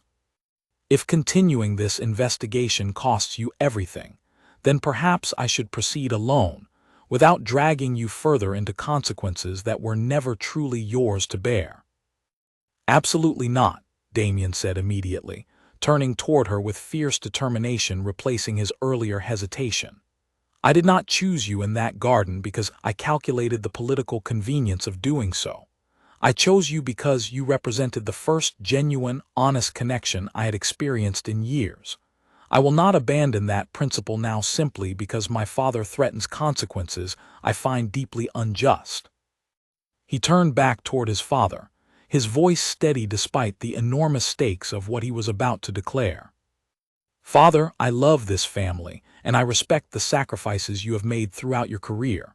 But I will not sacrifice my own integrity or Meher's father's memory simply to preserve political alliances built on convenient silence.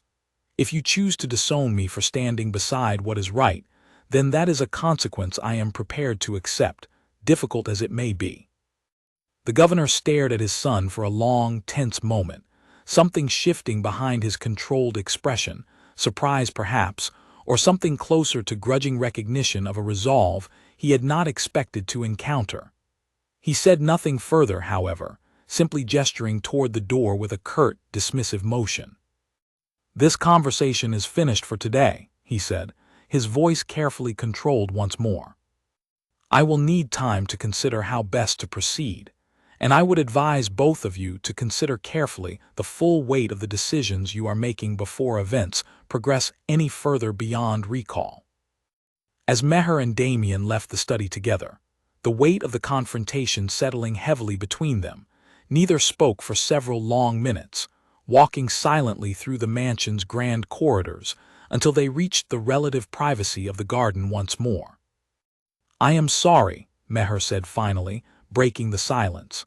"I never intended for my search for the truth to threaten your relationship with your father or your future within this family." "You have nothing to apologize for," Damien said firmly, turning to face her directly. "My father has spent my entire life prioritizing political calculation over genuine principle. Perhaps it is time someone within this family finally challenged that pattern, regardless of the personal cost." "And if he truly disowns you?" Meher asked, searching his face for any sign of doubt or regret. Damien considered the question seriously before answering. "Then we will face that outcome together, and we will build something new, something built on honesty rather than calculated convenience. I would rather have that, even with all its uncertainty, than a lifetime of comfortable compromise that requires abandoning everything I actually believe in." Meher studied him carefully, moved by the depth of his conviction, understanding now with absolute clarity that whatever connection had begun between them in that moonlit garden weeks earlier had grown into something far stronger and more genuine than either of them had initially anticipated. Whatever challenges awaited them in the days ahead, whatever consequences the governor's ultimatum ultimately produced, she understood now that she was no longer facing this battle alone, and that realization, more than any political alliance or family fortune, felt like the truest security she had experienced since the day her father disappeared years earlier.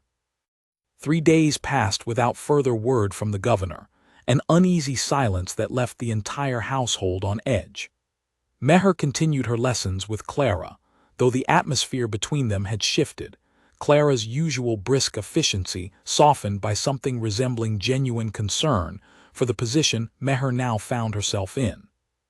Damien remained close throughout those days, his presence a steady reassurance even as tension continued building beneath the surface of the mansion's carefully maintained calm. It was on the 4th evening that everything changed. Meher had just finished a late lesson with Clara when Noah, the driver who had accompanied her to Henry Aldridge's cottage weeks earlier, appeared at the drawing-room door, his expression tight with barely controlled urgency. "Miss Meher," he said, his voice low, "I think you should come immediately. Something has happened at Mr. Aldridge's cottage." Her stomach dropped. "What kind of something?" "I received word through a contact in the city," Noah explained, glancing nervously toward the hallway as though worried about being overheard. 2 men were seen forcing entry into the cottage earlier this evening. A neighbor called for help, but by the time anyone arrived, the men had already fled, and Mr. Aldridge was found unconscious, his study ransacked. "Is he alive?" Meher asked, her voice barely above a whisper. "He is alive, but injured and unconscious when they found him. He has been taken to a physician for treatment." Meher felt the room tilt slightly around her, panic and guilt crashing over her in equal measure. She had promised Henry that revealing the truth would be worth the risk, and now that risk had materialized into violence against a kind, elderly man who had done nothing but tell her the truth about her father. Clara moved quickly, her earlier calm replaced by urgent efficiency. "We need to inform Master Damien immediately, and we need to secure whatever documents remain, assuming the intruders did not find everything." Damien arrived within minutes of being summoned, his expression darkening with fury as Noah repeated the details of the attack. "This is no coincidence," he said grimly. "Someone wanted those documents destroyed, or wanted Aldridge silenced before he could provide further testimony. "We need to go to him," Meher said, already moving toward the door. "I need to know he is safe, and I need to know whether the documents survived." "It is not safe for you to travel into the city tonight," Clara warned. "Whoever ordered this attack may still be watching, waiting to see how we respond." "I do not care about safety right now," Meher said, her voice trembling with a combination of fear and fierce determination. "Henry trusted me with the truth. I will not abandon him now simply because doing otherwise might be more comfortable." Damien studied her for a long moment before nodding firmly. "Then we go together and we go carefully. Noah, gather 2 additional men we can trust completely. We will take the back roads to avoid unnecessary attention." The journey into the city that night felt endless, every shadow along the darkened streets seeming to hold potential threat, every passing carriage drawing suspicious glances from Damien, whose military training had clearly resurfaced in full force, his eyes constantly scanning their surroundings for any sign of danger. They found Henry at a small physician's residence near the edge of the city, bandages wrapped around his head where he had apparently been struck during the attack, his weathered face pale but his eyes alert when Meher entered the room. "You should not have come," he said weakly, though relief was evident in his expression at seeing her safe. "This was exactly the kind of danger I feared when I agreed to share those documents with you."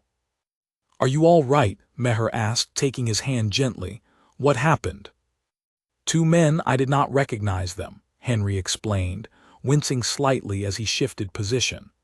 "They demanded to know where the documents were kept, and when I refused to tell them, they searched the cottage themselves, striking me when I attempted to stop them." "Did they find what they were looking for?" Damien asked urgently. A faint, exhausted smile crossed Henry's face. "I anticipated this possibility might arise eventually. The documents I gave Meher were copies.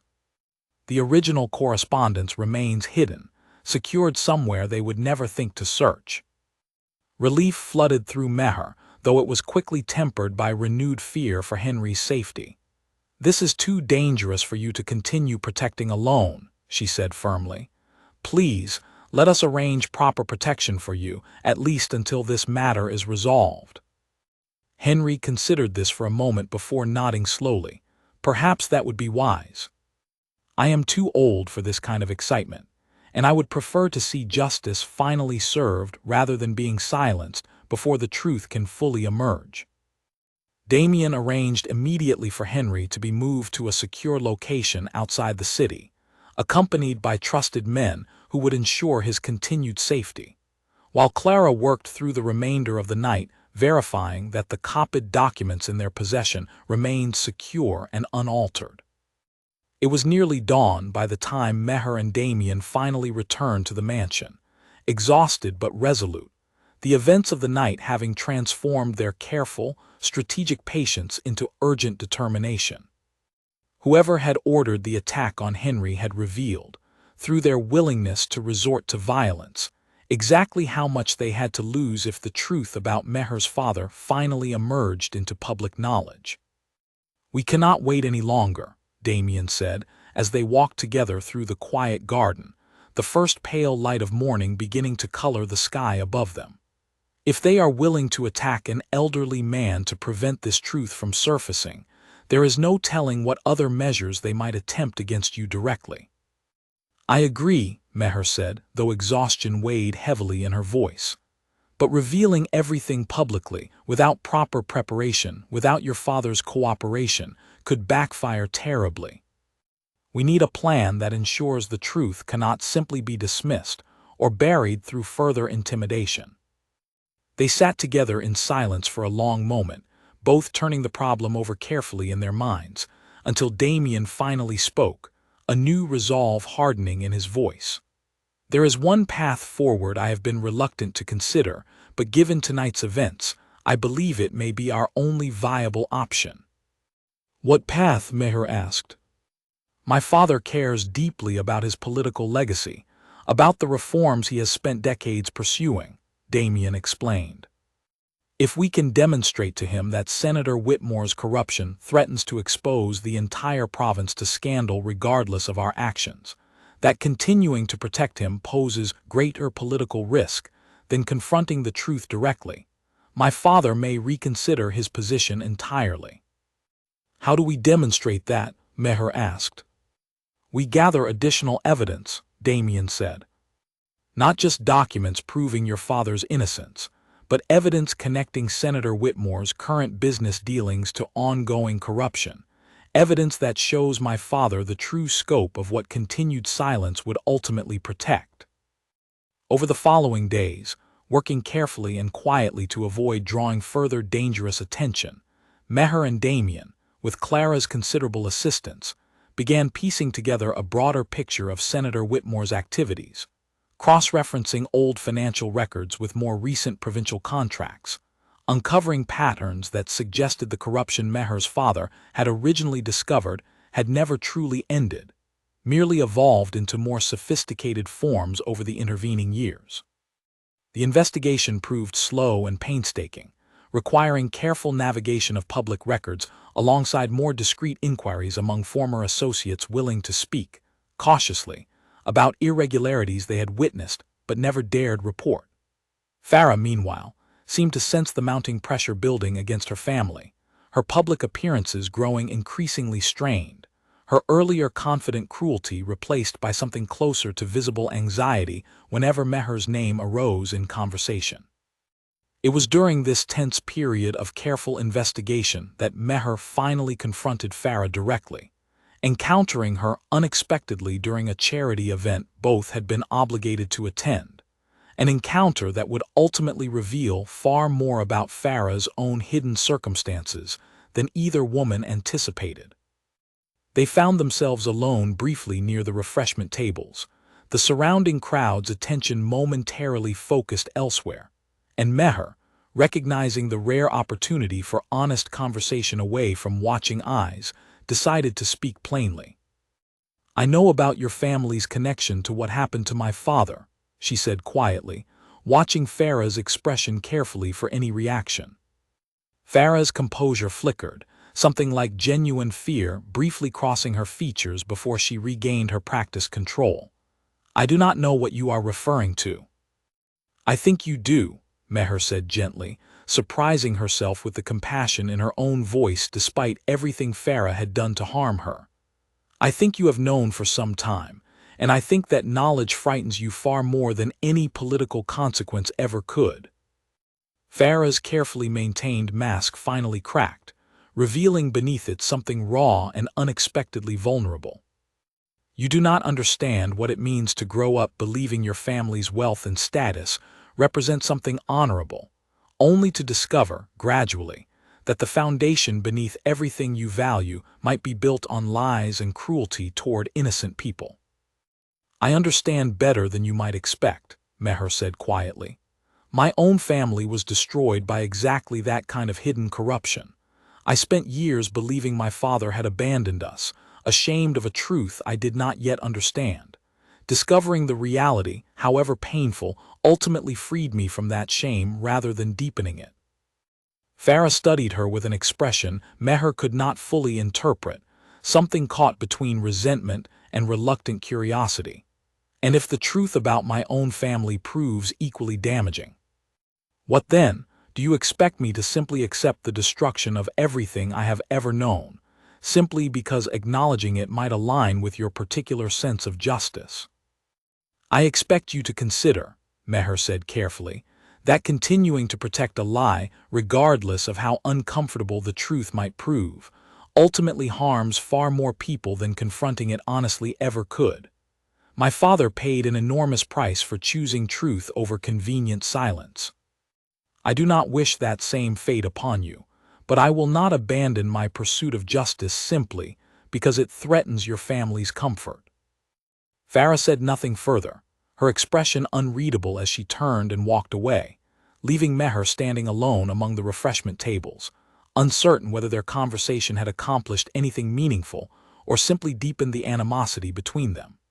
She would not learn the true impact of that brief exchange until several days later, when an unexpected development would shift the entire course of their carefully constructed plans in ways none of them had anticipated. The unexpected development arrived 4 days later in the form of a sealed envelope delivered to Meher's room by an unfamiliar messenger who refused to identify who had sent him, disappearing into the evening streets before Grace could question him further. Inside, Meher found a short, unsigned letter along with several pages of financial records that immediately caught Clara's attention when they reviewed them together. "This is significant," Clara said, studying the documents with growing excitement.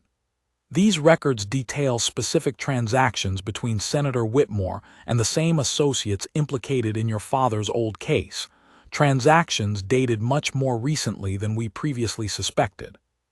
If authentic, this proves the corruption never truly stopped." Who would send this anonymously? Meher wondered aloud, though a growing suspicion was already forming in her mind. The unsigned letter offered no direct answer, containing only a brief message that read simply, "Some truths deserve to be known, regardless of the cost to those who have benefited from silence." The handwriting, elegant and carefully controlled despite its brevity, struck Meher as achingly familiar, though she could not immediately place where she had seen it before. It was Damien, examining the letter later that evening, who finally recognized the connection. "This matches invitations I have received from the Whitmore household over the years," he said slowly. Farah's handwriting. The realization settled over the room with quiet significance. Farah Whitmore, despite everything she had done to discredit and threaten Meher over the preceding weeks, had apparently chosen, in the end, to provide exactly the evidence needed to expose her own family's corruption. "Why would she help us now after everything?" Meher asked, genuinely puzzled by the unexpected turn. "Perhaps our conversation at the charity event affected her more deeply than either of us realized," Damien suggested thoughtfully. "Or perhaps she has simply concluded that continuing to protect her father's secrets, particularly given the danger already demonstrated through the attack on Henry Aldridge, poses greater risk than finally allowing the truth to surface." Whatever Farah's true motivations, the additional evidence proved invaluable, providing precisely the kind of contemporary corruption that transformed their case from a sympathetic but ultimately historical grievance into an urgent matter of ongoing public concern, exactly the kind of political reality the governor could not easily dismiss or ignore.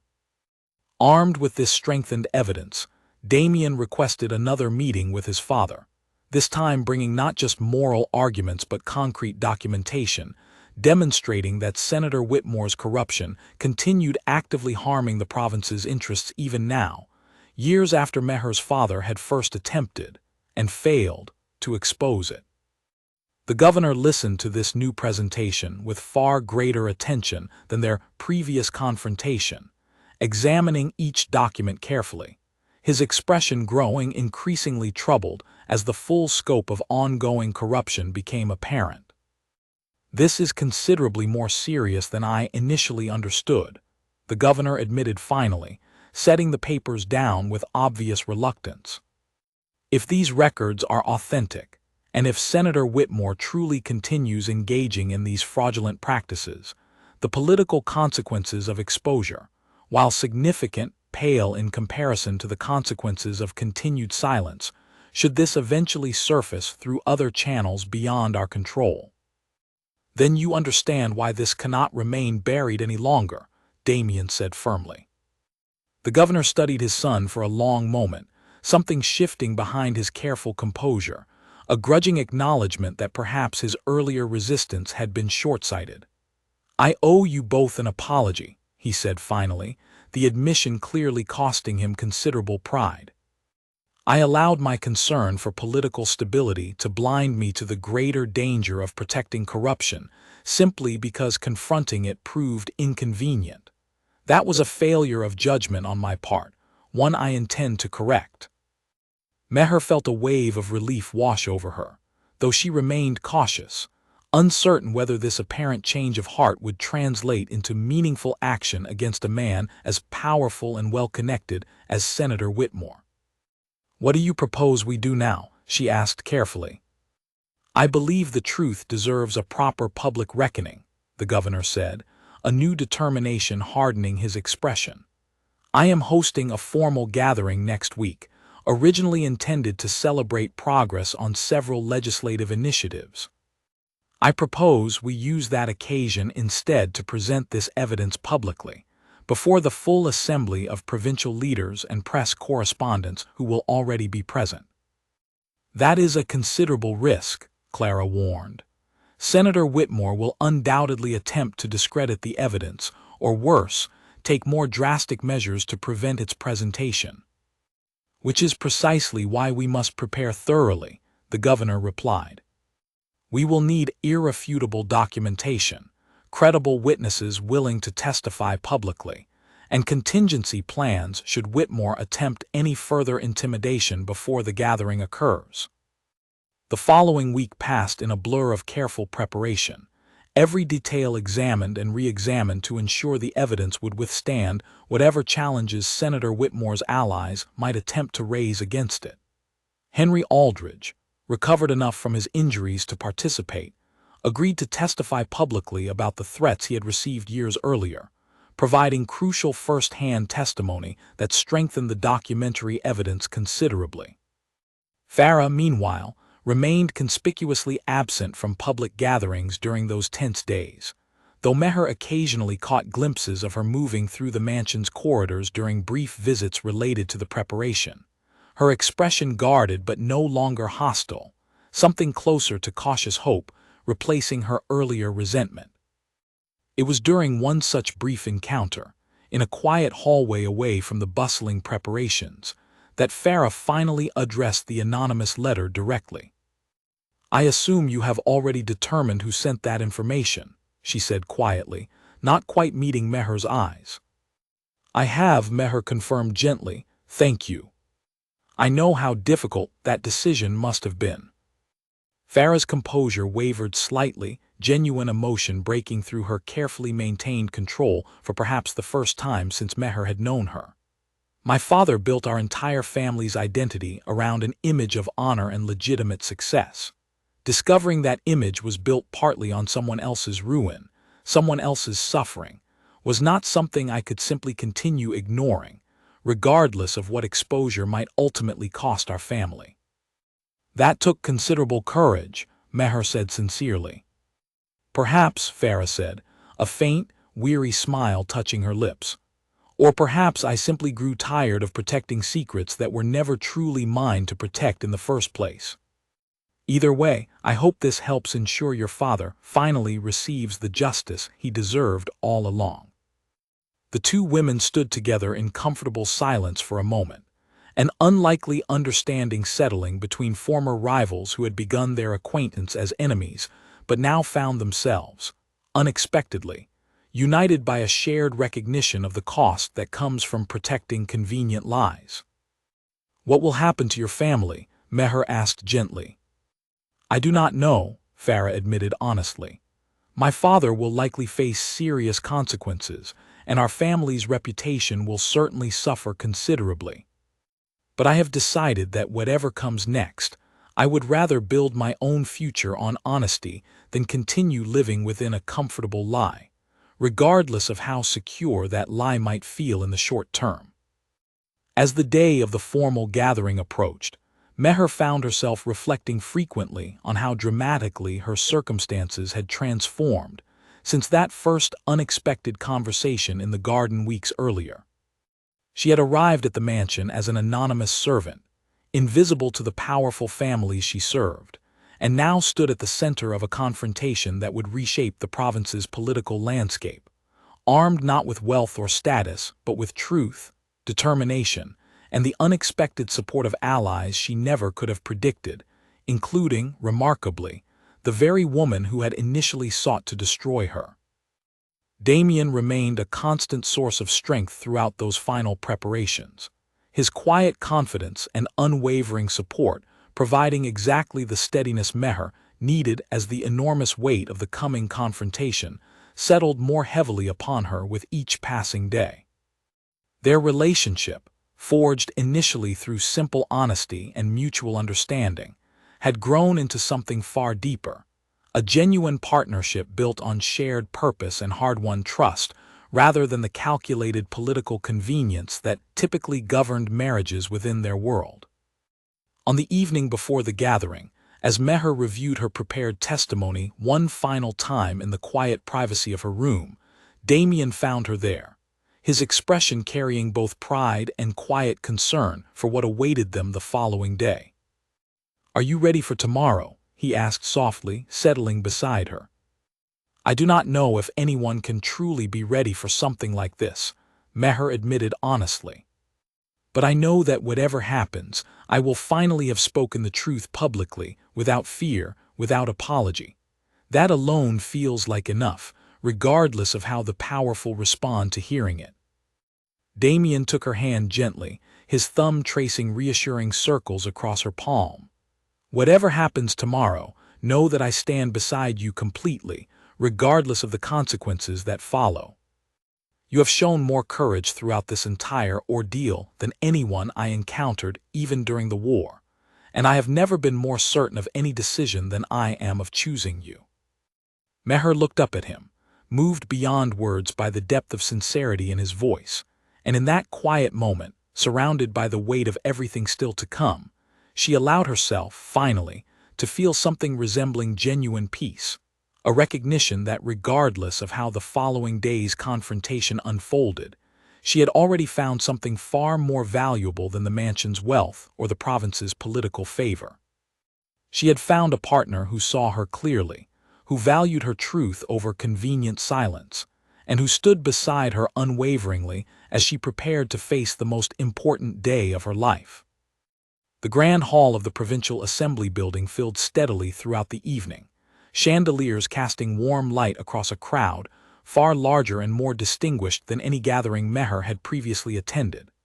Senators, judges, business leaders, and press correspondents from across the province mingled beneath the vaulted ceiling, unaware that the carefully planned evening of legislative celebration was about to transform into something none of them anticipated. Meher stood near a side entrance with Clara, smoothing the fabric of her gown with hands that trembled despite her determined composure. Damien remained close beside her, his own nervous energy carefully controlled beneath a calm exterior that only she could recognize as deliberately maintained. "You do not need to do this alone," he reminded her quietly. "Whenever you are ready, we proceed together." Across the hall, Meher spotted Senator Whitmore engaged in animated conversation with several colleagues, entirely unaware of the reckoning approaching him. Farah stood a short distance away, her expression tense but resolute, occasionally glancing toward Meher with something like solidarity passing silently between them. The governor took the podium precisely at the appointed hour, his commanding presence immediately drawing the room's full attention.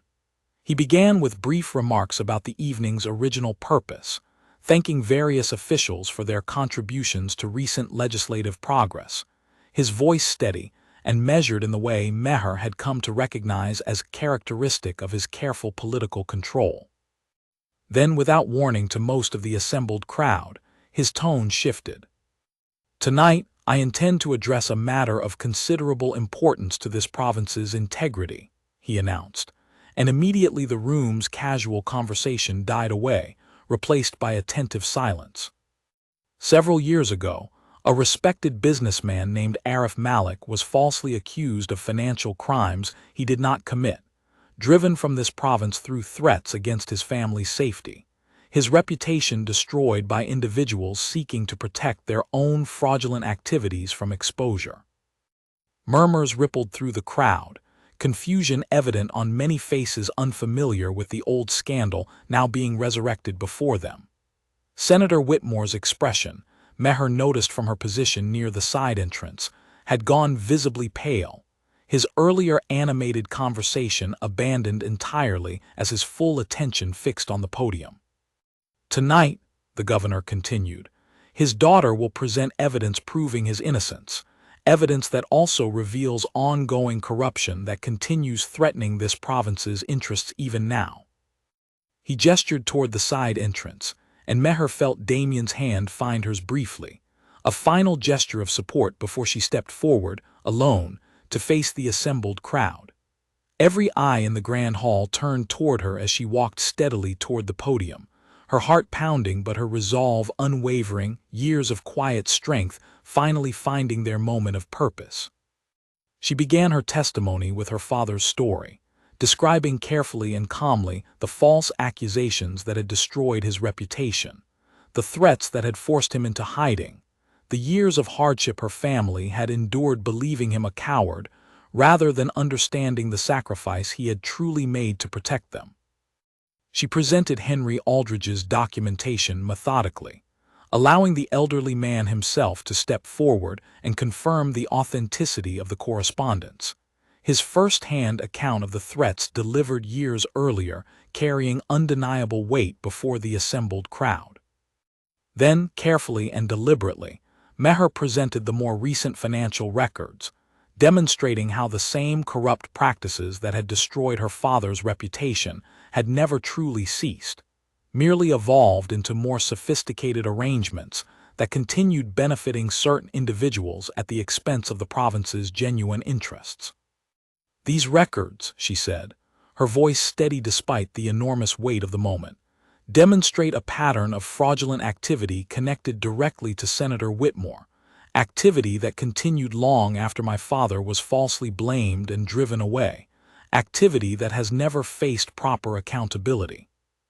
Gasps rippled through the crowd as attention shifted sharply toward Senator Whitmore, whose careful composure had finally shattered entirely. His face flushed with a mixture of fury and desperate panic as he realized the full scope of the exposure occurring before the entire province's most influential audience.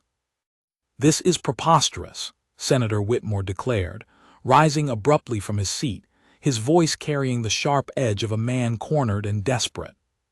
"These are fabricated documents, designed to discredit my family and distract from whatever inappropriate arrangement has clearly developed between this young woman and the governor's son." "The documents are authentic," a new voice interjected, and the crowd turned in surprise as Farah Whitmore rose from her own seat near her father, her expression pale but determined. "I provided the additional financial records myself, father.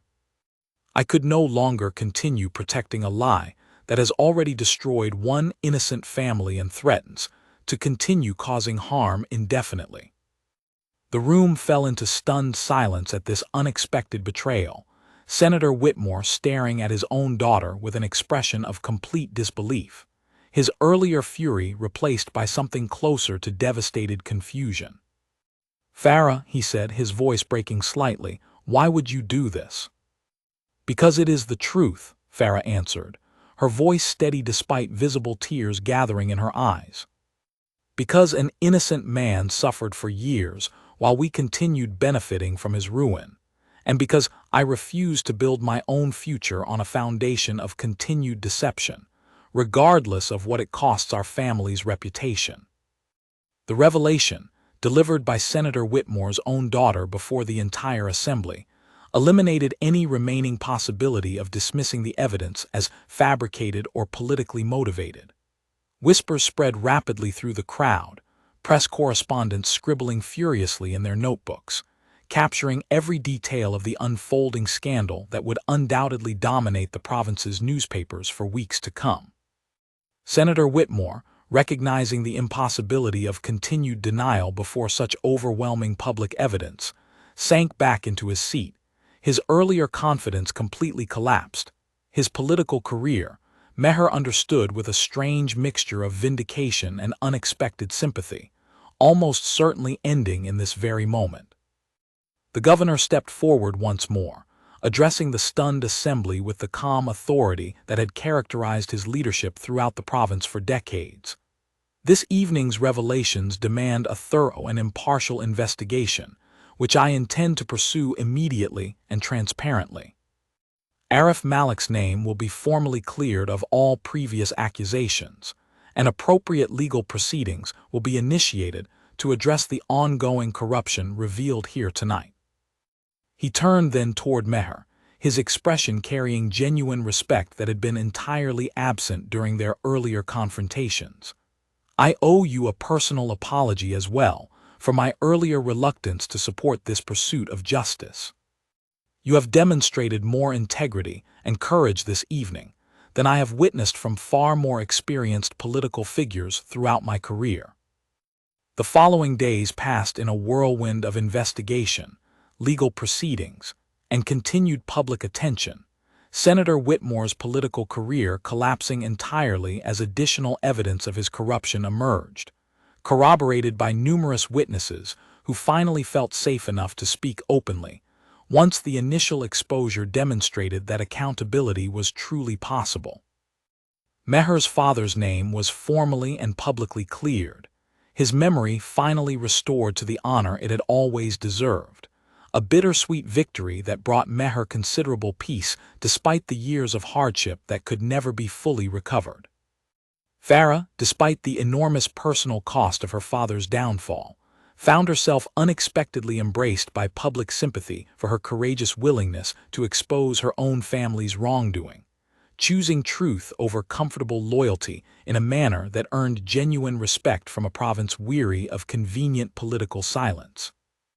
In the months that followed, she and Meher developed an unlikely but genuine friendship, built on the shared understanding of what it truly meant to choose integrity over easier, more comfortable paths.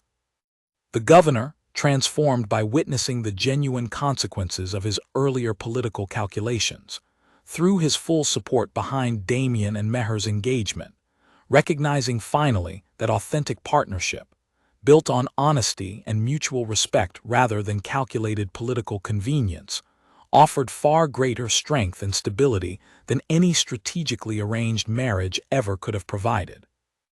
Their wedding, held several months later in the very garden where their unlikely story had first begun, drew guests from across the province, many of whom had once dismissed Meher entirely, now gathering to celebrate a union that had somehow managed to expose corruption, restore justice, and demonstrate more genuine love than most calculated political marriages ever achieved. Standing beneath the same roses where Damien had first heard her humming softly in the moonlight, Meher looked out at the assembled crowd, remembering the frightened, invisible servant girl who had once believed herself unworthy of any attention from the powerful world surrounding her. She thought of her father, finally vindicated, and of the long, difficult journey that had led her from anonymous kitchen work to this moment of genuine, hard-won happiness. Damien took her hands gently as they exchanged their vows, his eyes holding the same honest warmth she had recognized during their very first conversation months earlier. "I chose you," he said softly, "not because you were the safest or most convenient choice, but because you showed me from our very first conversation what genuine honesty and courage truly look like. I have never regretted that choice for even a single moment, and I never will." "You gave me something I never expected to find," Meher replied, her voice thick with emotion. "You saw me clearly from the very beginning when the rest of the world saw only a servant girl unworthy of notice. That gift changed everything, not just for me, but for justice itself within this province." As they sealed their vows beneath the moonlit garden that had witnessed the true beginning of their story, surrounded by friends both old and newly discovered, Meher understood with complete certainty that the scarred heir's unexpected choice, once dismissed by an entire ballroom as scandalous and impractical, had proven instead to be the wisest decision anyone within that grand mansion had ever made. The girl no one wanted had become, in the end, exactly the partner this province, and this family, had needed all along, proof that genuine courage and honest love could triumph over even the most deeply entrenched corruption and prejudice, when two people refused to abandon the truth, regardless of whatever cost that truth demanded along the way.